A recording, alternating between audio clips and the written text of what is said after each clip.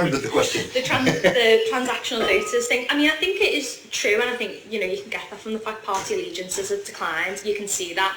I think it was somewhere by focal data actually showed that the number of marginal seats in this election will at least double compared to the last election. So that's a whole lot more seats that parties are going to have to go out and actively fight for at each campaign. You know, I think that can only be a good thing for making sure that voters do feel like people pay attention to them and are interested, you know, in what they've got to say.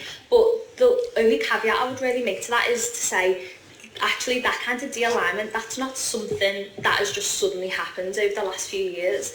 If you look at the reason why the Red Wall was called, you know, why that term was kind of generated, it was because so many of those seats, it made no sense that they were so strongly Labour voting as they were for such a long period of time, in terms of, you know, their economic values maybe, but their social preferences, the, you know, how kind of their diversity compared to the diversity of seats like London, the affluent, all these kinds of things. It made no sense why these communities voted Labour for so long. So it was always going to fall apart at some point.